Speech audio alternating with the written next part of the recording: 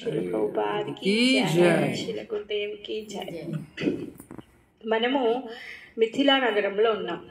అయోధ్య నగరం నుంచి మిథిలా నగరంలో ఉన్నాం. అయోధ్యలో భగవానుడు శ్రీరామచంద్రుడు పుట్టారు. ఇక్కడ మిథిలాలో అమ్మవారు శ్రీతమ్మవారు పుట్టారు. ఇక్కడ అమ్మవారు ఇక్కడ పుట్టారు. అయితే ఎప్పుడైతే మన భూభాగం డివైడ్ చేశారో అప్పుడు ఈ మిథిలా నగరం కొంచెం ఇండియాలోకి కొంచెం నేపాల్లోకి వచ్చిందనమాట. అలా లేకపోతే మిథిలా నగరం అంతా ఒకటే. మరి మిథిలా నగరంలో పుట్టారు కాబట్టి అమ్మని మైథిలి అని కూడా అంటారు. మరి సీత అని ఎందుకు పేరు వచ్చింది? ఎప్పుడైతే నాగలి దున్నుతూ ఉంటే ఆ నాగలి కొస ఏదైతే ఉందో దాన్ని సీత అంటారనమాట. దాంతో దున్నేటప్పుడు తను దొరికింది కాబట్టి సీత అని పేరు వచ్చింది. ఆమె తల్లిదండ్రులకు పుట్టలేదు కాబట్టి అయోనిచ అనేసి పిలుస్తారు. మరి ఆమెని రామ అని కూడా పిలుస్తారు. అందుకే రామ జీవిత స్టోరీ, ఆమె యొక్క ఏదైతే ఆమె జీవిత ప్రయాణం ఉందో ప్రయాణం అందుకే రామాయణం అయిందనమాట. రామాయణం అంటే ఏంటి? సీతమ్మ వారి యొక్క అయనం. ఆమె ఏ విధంగా అయితే ఆమె జీవితం అంతా ఏ విధంగా గడిచిందో అందుకుగానే రామాయణం అయిందనమాట. వాల్మీకి అంటారనమాట. నాకేమి అర్హత ఉందని, నేను ఒక అంటే తను అడవి జంతువులను చంపుకుంటూ ఉండేవాడు. తనకి అసలు భక్తి తెలియదు కదా.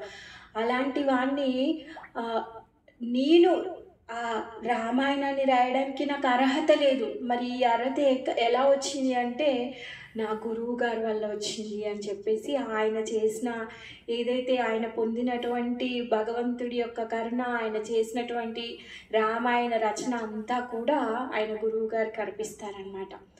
అలాంటి పుణ్యభూమికి మనం వచ్చాం. అంటే మనం మామూలుగా ఇప్పుడు బృందావనానికి వెళ్ళినా, మాయాపూర్కి వెళ్ళినా, బద్రీనాథ్కి వెళ్ళినా అక్కడ ఎన్విరాన్మెంట్ ఎలా ఉంటుంది? అక్కడికి వెళ్తే నిజంగా మనం భగవద్ధామానికి వచ్చాము అన్న ఫీలింగ్ వస్తుంది. కాకపోతే ఇక్కడ ఏంటంటే అందరూ బాగా ఏమంటారు, సోషలైజ్ అయిపోయారనమాట. అందుకే ఈ భూమి యొక్క ఇక్కడికి వస్తే మనకు అంత అనిపించట్లేదు కదా. అంటే ఎక్కడికో వచ్చాము అన్నట్టుగా అనిపిస్తుంది.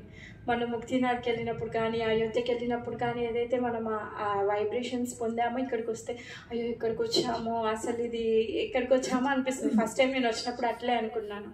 కానీ తర్వాత ఎప్పుడైతే మా ప్రదేశానికి వెళ్ళి మళ్ళీ అందరు క్లాస్ వింటే అప్పుడు అనిపించి దృష్టిలో లోపం ఉంది, అందుకే అలా అనుకుంటున్నాము. అలా కాదు, ఈ పుణ్యభూమిలోనే సీతమ్మ వారు ఆవిర్భవించారు. ఆమె యొక్క కృప వల్లనే మనం అందరము ఉన్నాము. ఆమె అందుకే మనం ఇప్పుడు రామాయణం కూడా చదువుకుంటున్నాము, రాముడిని పూజిస్తున్నాము.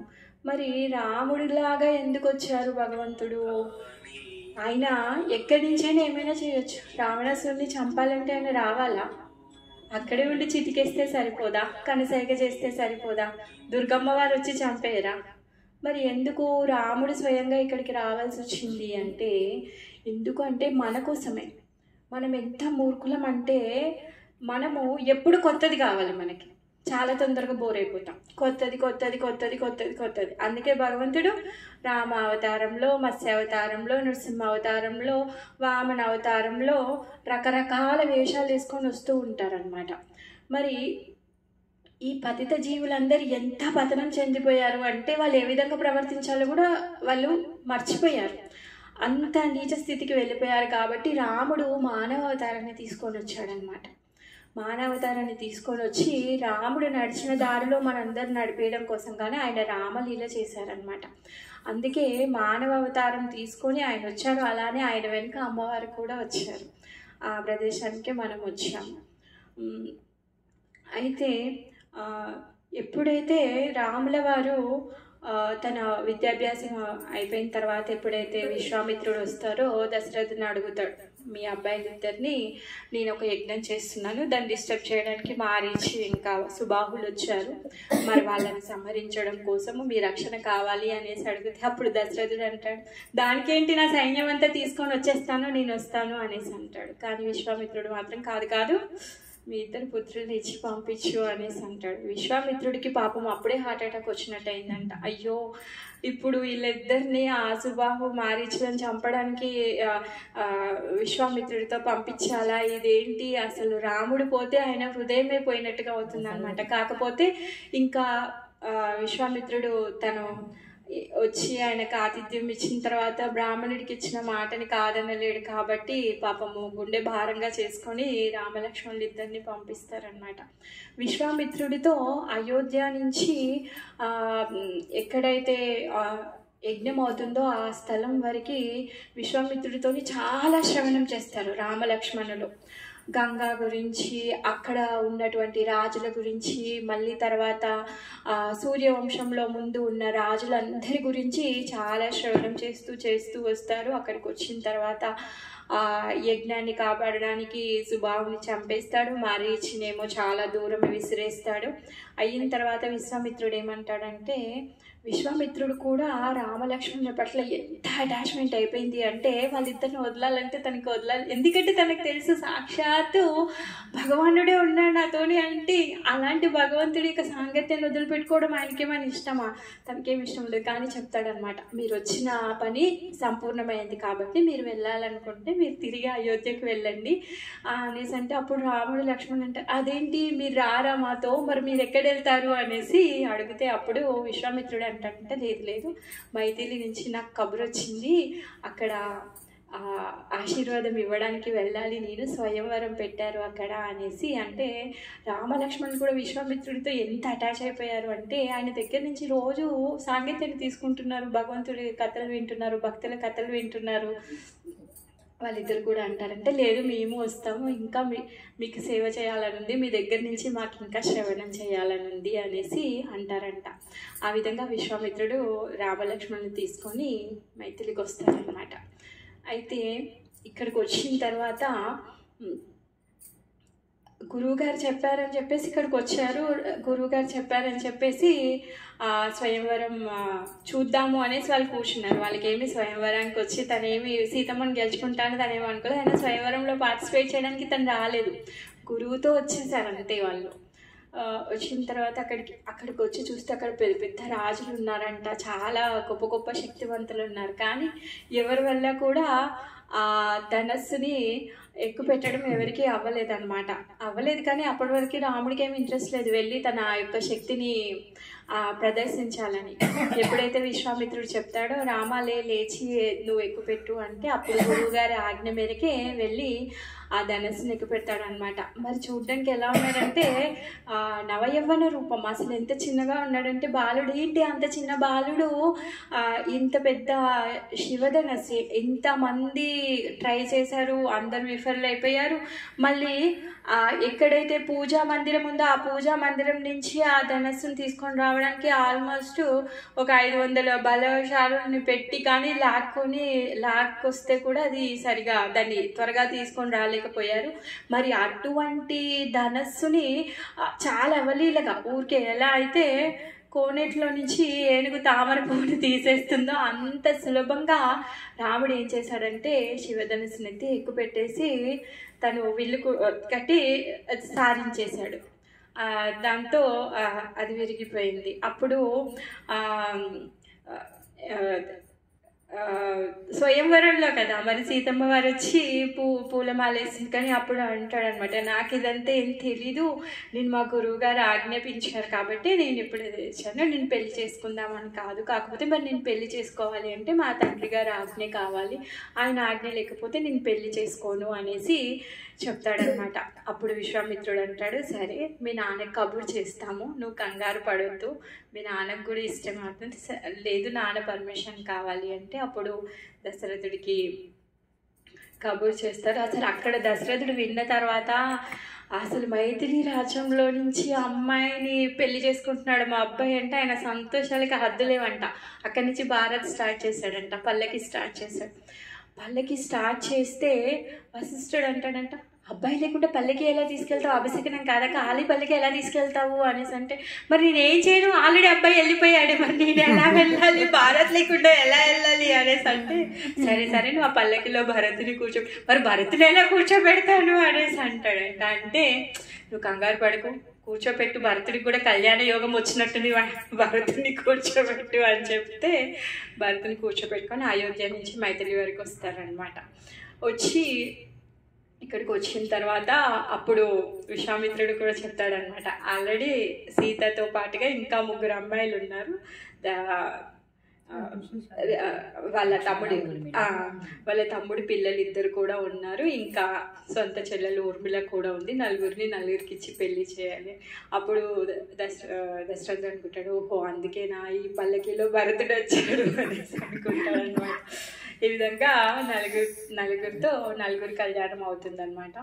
అయితే మనము ఇక్కడ కూడా చాలాసార్లు అన్నీ దోచుకొని వెళ్ళిపోయారు, ఏమీ లేవు. కాకపోతే ఎక్కడైతే దశరథుడు సీతమ్మ వారి కక్ష ఉండేనో, ఆమె రూమ్ ఉండేనో, ఆ ప్లేస్లోనే ఇప్పుడు దశరథ మహల్ కట్టారనమాట. మనం రేపు దర్శనం చేసుకోవడానికి వెళ్తాం.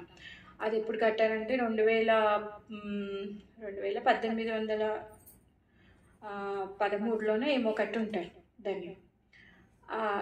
ఒక రాజు కట్టించారనమాట ఆ ప్లేస్లోనే. ఇంకా దాని వెనకే సీతారాముల కళ్యాణ మండపం ఉంటుంది, దాంట్లో సీతారాముల దర్శనం చేసుకుంటాము.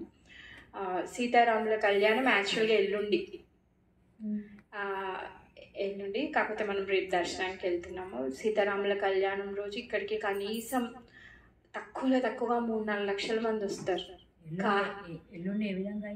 ఎల్లుండి వివాహ పంచమి. రామనవమి రోజు వాళ్ళ మ్యారేజ్ డే కాదు, రాముడి బర్త్డే. కాకపోతే మన దగ్గర రామభక్తుడైన రామదాసు ఆయన పెళ్లి చేశాడని మనం పెళ్లి చేసుకోవడం, రాముడి కళ్యాణం చేయడం మనము ఆనవాయితీ చేసుకున్నాం. కానీ ఆయన మ్యారేజ్ డే ఎల్లుండి, వివాహ పంచమి రోజు ఆయనది. కానీ దర్శనం అవ్వదు మాతాజీ. ఒకసారి వచ్చాము ఇక్కడికి, అస్సలు కాలు పెట్టలేము, అంత చాలా రష్ ఉంటుంది. ఇక్కడి నుంచే క్రౌడ్ ఉంటుంది. ఎంతమంది ఉంటారంటే అసలు ఏమీ తెలియదు. ఇంకా అక్కడ నాకు తెలిసి రేపు కూడా చాలా క్రౌడ్ ఉండొచ్చు, ఎందుకంటే ఈరోజు తిల్లక్ అయిపోయిందంట, అంటే బొట్టు పెట్టేశారు పెళ్లి కొడుక్కి. ఈరోజు అది అయిపోయిందంట, మేబీ రేపు చాలామంది ఉండొచ్చు. ఆ విధంగా మనం అవి దర్శనం చేసుకుంటాము. ఇంకా ధనస్సు భంగం అయినప్పుడు 3 ముక్కలు అవుతుందన్నమాట ధనస్సు. ఒకటేమో పాతాళంకి వెళ్ళిపోయింది, ఒకటేమో ఇక్కడే పడింది, ఒకటేమో స్వర్గలోకానికి వెళ్ళింది ఒక పార్ట్. స్వర్గలోకానికి వెళ్ళింది, ఇంకా అక్కడ మీద తిరిగి రాలేదు. ఏదైతే పాతాళానికి వెళ్ళిందో ఆ ప్లేస్ ఒక కుండంలాగా తయారైంది అనమాట, ధనుష్ సాగర్ అంటారు దాన్ని. రేపు అది కూడా దర్శనం చేసుకుంటాం. ఆ ప్లేస్ నుంచి పాతాళానికి వెళ్ళిపోయింది. తర్వాత అక్కడ అన్ని తీర్థాలు వచ్చి సమకూడి దాన్ని తీర్థస్థానంగా చేశారనమాట. ఇంకొక పార్ట్ వచ్చేసి ఇక్కడ నుంచి ఒక 20-30 కిలోమీటర్ల దూరంలో ధనుష్ ధామ్ అనేసి అక్కడ ఒక పార్ట్ పడింది. ఆ పార్ట్ రేపు దర్శనం చేసుకోవడానికి వెళ్తాం, రేపు ఈవినింగ్ వెళ్తాము. ధనుష ధామ్ అది దాని పేరు. అక్కడికి వెళ్ళి దర్శనం చేసుకుంటాము. సీతమ్మ వారు దొరికిన ప్లేస్ అది ఎల్లుండి వెళ్తాం, రిటర్న్లో వెళ్తాం, ఎయిర్పోర్ట్కి వెళ్ళేటప్పుడు వెళ్తాం. ఇంకా రేపు గంగాసాగర్ అని ఒక తీర్థస్థానం దర్శనం చేసుకుంటాం అన్నమాట. ఇది గంగాసాగర్ అని ఎందుకు పేరు వచ్చింది అంటే, నిమి మహారాజు సూర్యవంశంలో పూర్వ రాజు అనమాట. ఆ నిమి మహారాజు ఒకసారి యజ్ఞం చేస్తుంటారనమాట. యజ్ఞం చేస్తూ ఉంటే తను ఎందుకో త్వరపడితే అప్పుడు వశిష్ఠుడు అంటారు, ఎందుకు ఇంత తొందరగా చేస్తున్నావు, యజ్ఞం ఇలా చేయకూడదు కదా అనేసి అంటే, అప్పుడు వాళ్ళిద్దరి మధ్యలో వాద వివాదాలు పెరిగిపోయి ఒకరికొకరు శాపం పెట్టుకుంటారనమాట. మరి నిమి మహారాజు చాలా గొప్ప భక్తుడు, రాజ్యాన్నంతా చాలా బాగా పరిపాలించేవాడు. ఒకరికొకరు శాపం పెట్టుకోవడం వల్ల వాళ్ళ శరీరాలు క్షీణించిపోతున్నాయి అన్నమాట. ఇంకప్పుడు బ్రాహ్మణులందరూ అయ్యో మరి నిమి మహారాజు వెళ్ళిపోతే మరి రాజ్యాన్ని ఎవరు చూస్తారు అని చెప్పేసి నిమి మహారాజు యొక్క శరీరాన్ని మతన చేస్తారనమాట. మతన చేసినప్పుడు తర్వాత ఇంకొక రాజు వస్తారు. ఆ ప్రదేశమే అది గంగాసాగరం. తర్వాత కాలంలో అది అలానే ఉంది. ఆ అన్ని తీర్థాలు అక్కడికి వచ్చాయి. ఆయన చాలా గొప్ప భక్తుడు కాబట్టి ఆయన శరీరాన్ని మతన చేసినప్పుడు అక్కడ అన్ని తీర్థాలు వచ్చి అక్కడ జమకూడాయంట. తర్వాత సీతమ్మ వారు స్నానం చేసే స్థలం కూడా అని చెప్తారు ఇక్కడ స్థానికులందరూ దాన్ని. తర్వాత ఇంకేమంటారంటే అక్కడ ఒక అమ్మవారి గుడి ఉంటుంది. ఆ అమ్మవారి అర్చనకి వెళ్ళేటప్పుడు సీతమ్మ వారు ఇక్కడికి వచ్చి నీళ్ళు తీసుకెళ్లేదని స్థానికులు చెప్తూ ఉంటారనమాట. అక్కడికి కూడా మనం వెళ్తాం దర్శనం చేసుకోవడానికి. అయితే ఈ మిథిలా రాజ్యం గురించి ఓన్లీ రామాయణమే కాకుండా శ్రీమద్ భాగవతంలో, పద్మ పురాణంలో, స్కంద పురాణంలో చాలా పురాణాల్లో చెప్పబడింది అనమాట. ఈ మిథిలా రాజ్యంతో కృష్ణుడికి కూడా సంబంధం ఉంది. ఎలా అంటే ఒకసారి కృష్ణుడి యొక్క పరమ భక్తులు ఉంటారనమాట. బహుళాస్వ, ఇంకా బ్రాహ్మణుడి పేరేంటి మాతాజీ? రాజు పేరు బహుళాస్వ, బ్రాహ్మణుడు, ఇద్దరు భక్తులు ఉంటారు మిథిలా రాజ్యం నుంచి వాళ్ళు.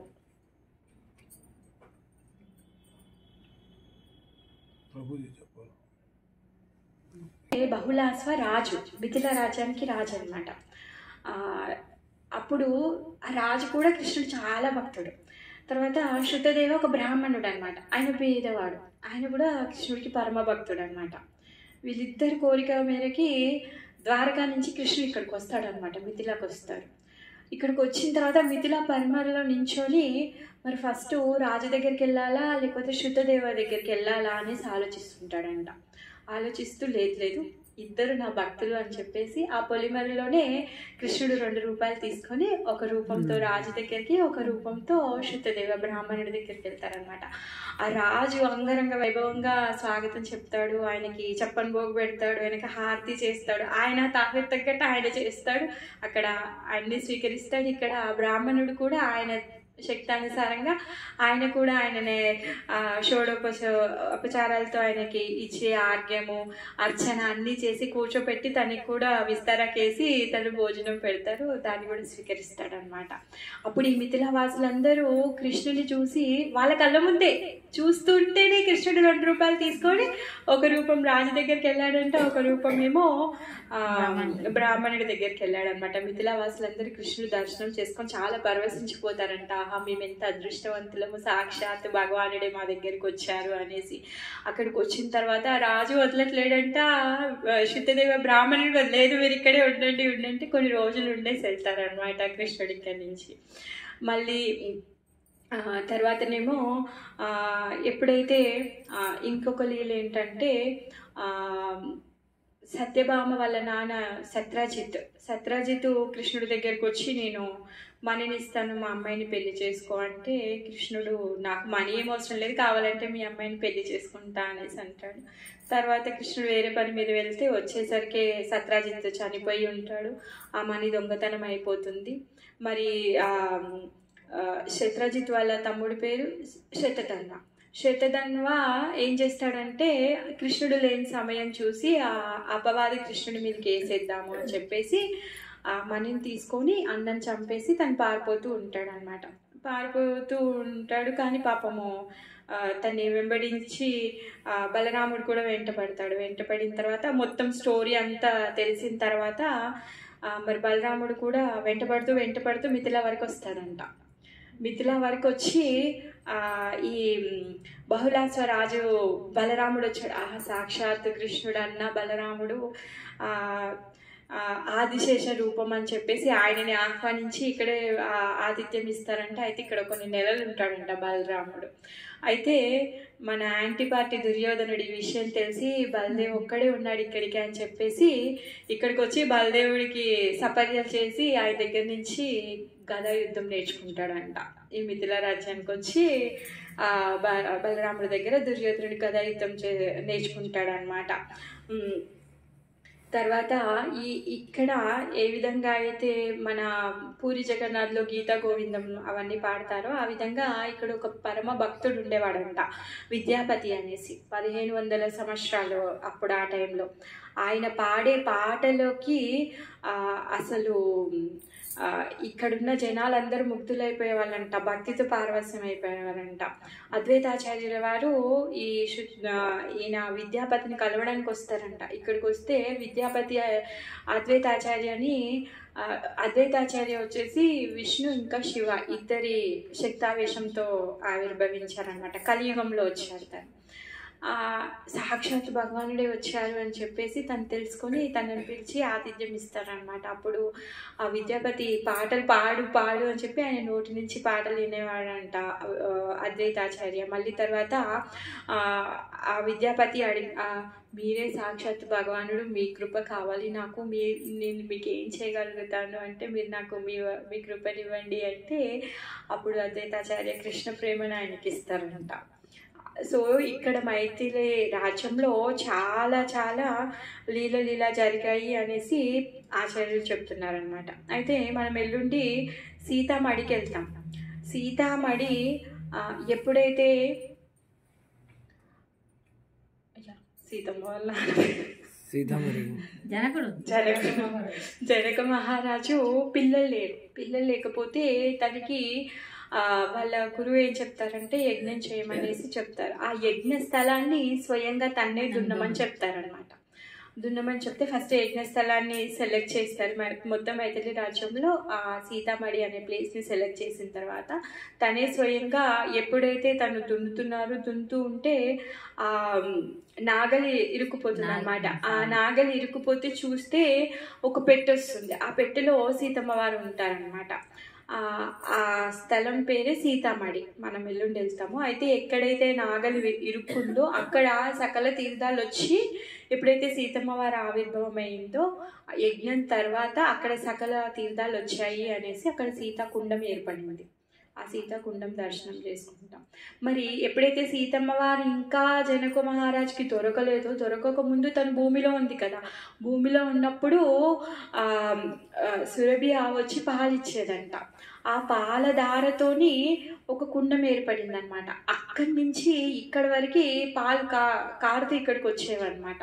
ఇక్కడ ఒక కుండం ఉంటుంది, మనము రేపు దర్శనం చేసుకుంటాము. అక్కడే సీతారాములు ఇద్దరు కలిసి 7 ప్రదక్షిణలు చేశారు అని చెప్పేసి ఒక కుండం ఉంటుంది, అగ్నికుండము. అక్కడికి వెళ్తాము. అక్కడే ఒక కుండ ఉంటుంది అనమాట, పాండ్. అది అప్పుడప్పుడు ఆ కుండంలో వాటర్ అన్ని తెల్లగా అయిపోతూ ఉంటాయంట. అలా పాలకుండం లాగా క్షీరకుండం లాగా అయిపోతూ ఉంటుంది అనమాట. సో అవన్నీ రేపు దర్శనం చేసుకుంటాము. అంతే. హరే కృష్ణ.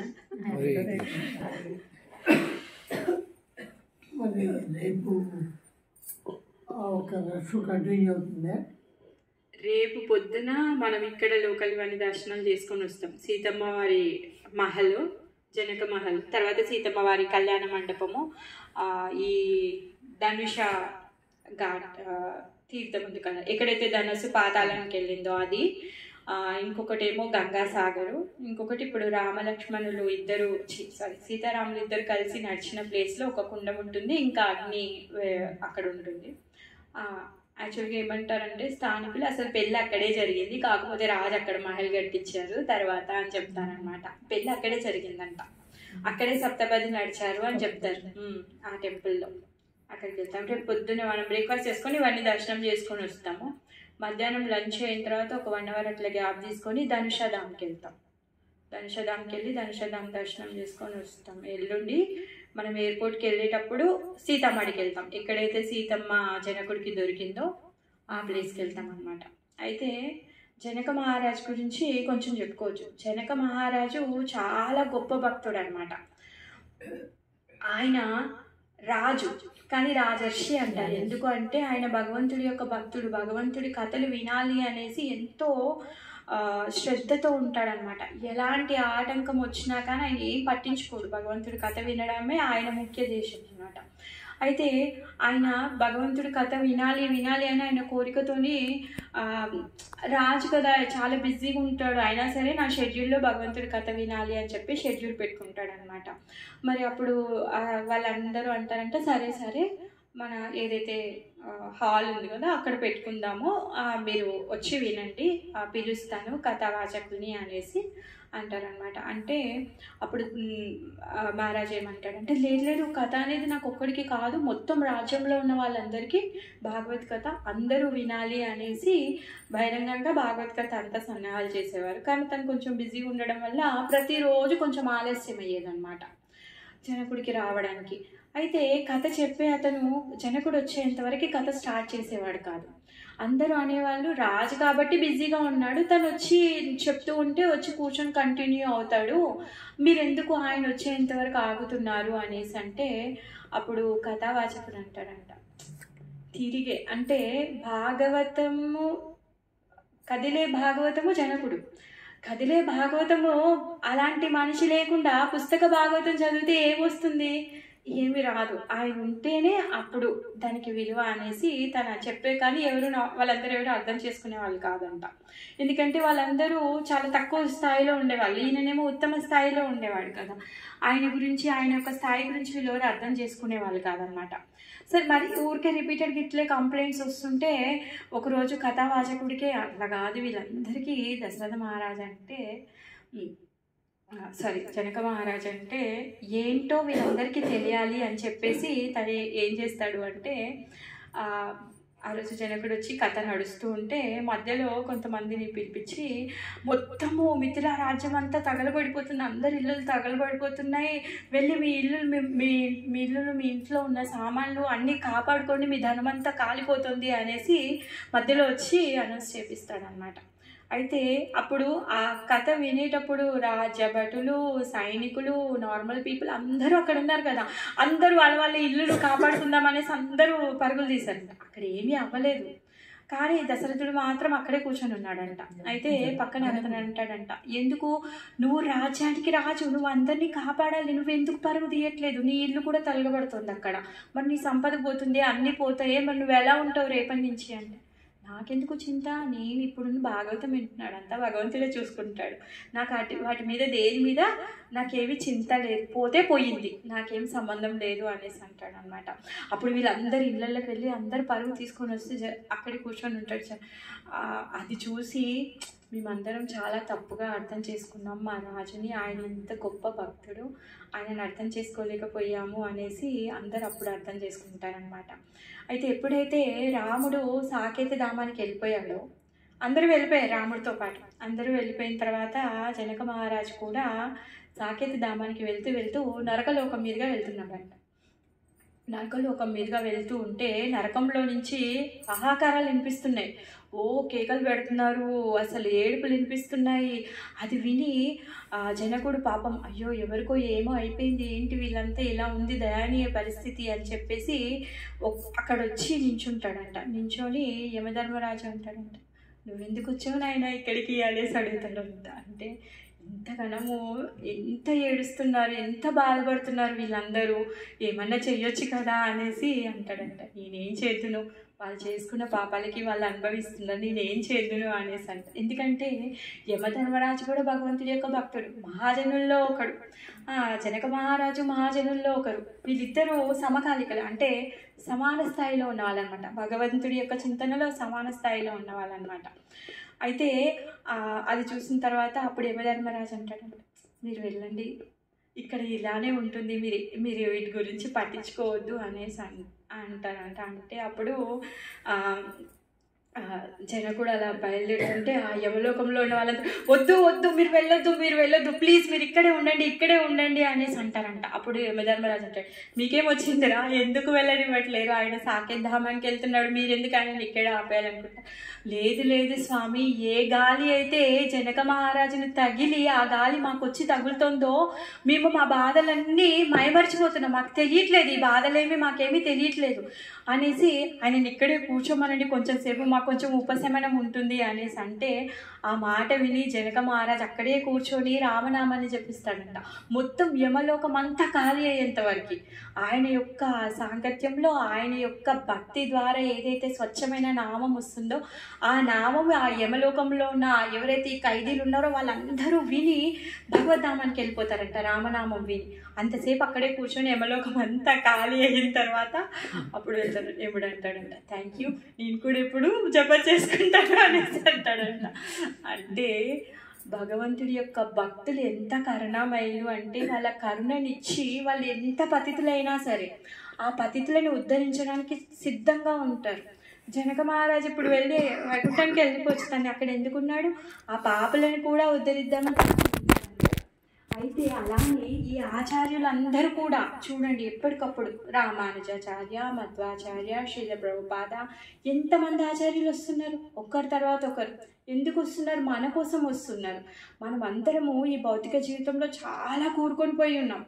ఎంత బిజీగా ఉన్నామంటే మనము మన లక్ష్యం ఏంటో మర్చిపోయాం, మొత్తంకే మర్చిపోయాం మన లక్ష్యాన్ని. అందుకే ఈ గురువులు అందరూ వచ్చి మన లక్ష్యాన్ని మనకు చెప్తున్నారు. మీరు వచ్చింది మానవ శరీరం తీసుకుంది మీరు భగవద్ధామానికి వెళ్ళడానికి, వైకుంఠానికి వెళ్ళడానికి అని వీళ్ళందరూ వచ్చి గుర్తు చేస్తూ ఉంటారనమాట. రామానుజాచార్య చెప్పిన, మధ్వాచార్య చెప్పిన, శ్రీల ప్రభుపాద చెప్పిన, చైతన్య మహాప్రభు చెప్పిన, అందరూ చెప్పినా కూడా మనందరినీ ఉద్ధరించడం కోసం కృష్ణుడు ఆయన ఎవరైతే అంటే ఒక్కొక్క కాలంలో ఒక్కొక్కరిని పంపిస్తూ అందరికి పైన కృపను చూపించి ఆయన వైపు మళ్లించడానికి పంపిస్తూ ఉంటాడనమాట. సో ఇప్పుడు శ్రీల ప్రభుపాదుల వారు వచ్చారు అంటే ఇప్పుడు చాలామంది ఉన్నారు, 4 సాంప్రదాయాలు ఉన్నాయి. నేను ఆ సాంప్రదాయంలో ఉన్నాను కాబట్టి నేను ప్రభుపాద గురించి చెప్తాను. ప్రభుపాదుల వారు ఉన్నారు కాబట్టే భగవద్గీత ఏంటో తెలిసింది, శ్రీమద్ భాగవతం ఏంటో తెలిసింది. మీరు నార్మల్ పీపుల్ దగ్గరికి వెళ్ళి కూడా భాగవతం అంటే ఏంటో ఇప్పుడు చెప్తారు వాళ్ళు. అవునండి మేము అక్కడికి వెళ్ళాం, ఇస్కాన్కి వెళ్ళాం, మేము తెచ్చుకున్నామని చెప్తారు. లేకపోతే ముందు ఓన్లీ లైబ్రరీలో ఉండేది, ఎవరు చదివే వాళ్ళు కాదు. భగవద్గీత అంటే అందరికి ఎలాంటి అపోహ ఉందంటే భగవద్గీతని ఇంట్లో పెట్టుకుంటే గొడవలు అవుతాయి. ఎందుకంటే అర్జునుడు యుద్ధం చేయాల్సి వచ్చింది కృష్ణుడి వల్ల, అందుకే మేము మా ఇంట్లో భగవద్గీత పెట్టుకుంటే గొడవ అవుతుంది అనేసి అంటారు. కానీ ఇప్పుడు ఎంత అవేర్నెస్ వచ్చిందంటే ప్రతి ఒక్కరి ఇంట్లో భగవద్గీత ఉంది. ఎందుకు? భగవద్గీత పెట్టుకుంటే గొడవ అవ్వదు, భగవద్గీత గొడవని సమసింపచేసింది. వాళ్ళు ఎంత నీచంగా ఉన్నారు, అగనిస్ట్ పార్టీలో ఉన్న వాళ్ళు వాళ్ళతో సమానంగా ఉన్నప్పుడు 5 ఊళ్ళు కూడా ఇవ్వనన్నారు, కనీసం సూది మనంత స్థలం కూడా ఇవ్వనన్నారు. మరి పోని వీళ్ళు ఏమైనా ధర్మంగా పాలిస్తున్నారా? ఏమీ పరిపాలించట్లేదే. నిండు సభలో ద్రౌపదిని చీరహరణం చేస్తే అందరూ కూర్చున్నారు, ఎవరు దేనికి చెప్పలేదు. అంటే రాజు యొక్క భార్య స్థితి అట్లా ఉంటే కామన్ పర్సన్ స్థితి ఎలా ఉంటుంది? అందుకే కృష్ణుడు అర్జునుడికి యుద్ధం చేయమని చెప్పాడు. యుద్ధం చేయకపోతే రాజు భార్యకే గౌరవం లేదు, మరి ఆ రాజ్యంలో ఉన్న స్త్రీలందరూ ఎలా బ్రతుకుతారు? ఎంత కష్టం. ఎక్కడైతే స్త్రీలు గౌరవించారో అక్కడ భూమి ఎలా అయిపోతుంది? అందుకుగానే భగవంతుడు అర్జునుడికి యుద్ధం చేసి ధర్మాన్ని నిలబెట్టమన్నాడు. ఎప్పుడెప్పుడు అధర్మం అవుతూ ఉంటుందో అప్పుడప్పుడు కృష్ణుడు చెప్తూ ఉంటాడు. కాకపోతే అది మనం దర్శనం చేసుకునే కళ్ళు మనకు లేవు, ఆయన ప్రొటెక్ట్ చేస్తూనే ఉంటాడు. ఈ విధంగా ఆచార్యులు వచ్చి మనకి ఎప్పుడప్పుడు మనకు చెప్తూ ఉంటారు. ఎందుకంటే మనం మర్చిపోయాం, చాలా బిజీగా ఉన్నాం. మనం ఏమైనా సంపాదించుకోవాలి, తినాలి, పిల్లల్ని కనాలి, ఇందులో చాలా బిజీగా ఉన్నాం. మరి ఇంత బిజీ లైఫ్లో మనని భగవంతుడి వైపు మరల్చాలి అంటే అలాంటి ఆచార్యులను పంపిస్తూ ఉంటాడనమాట కృష్ణుడు. మరి మనం కూడా ఏం చేయాలి అంటే ఎప్పుడు మన లైఫ్లో బిజీగా ఉండకుండా అప్పుడప్పుడు ఆచార్యులు విని వాళ్ళని ఫాలో చేయాలి. ఈ జీవితం నడుస్తూనే ఉంటుంది, మనం కష్టపడకుండా నడుస్తూనే ఉంటుంది. కంపల్సరీ మనం ఏది కావాలో అది వస్తుంది, ఏది పొందాలో అది పొందుతాము, అన్నీ అవుతాయి. దాంతోపాటుగా భగవంతుడి యొక్క భక్తి చేస్తే అప్పుడు కంప్లీట్ అవుతుంది మన లైఫ్. సో దీంతో మన యాత్ర కూడా కంప్లీట్ అవ్వబోతుంది. 13 రోజుల యాత్ర రేపటితో ముగించబోతుంది. అయోధ్యలో మొదలై మైథిలిలో ఎండ్ అవుతుంది. అప్పుడే అయిపోతుందా అని బాధగా ఉంది. హరే కృష్ణ.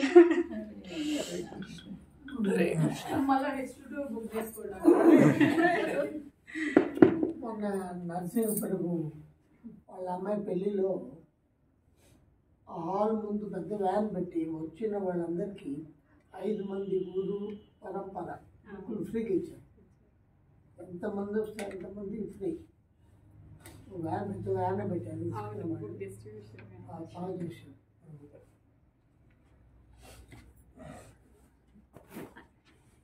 అందుకే అప్పుడప్పుడు మాతో టచ్లో ఉంటే మేము ఎప్పటికీ ఉంటాం మాతో.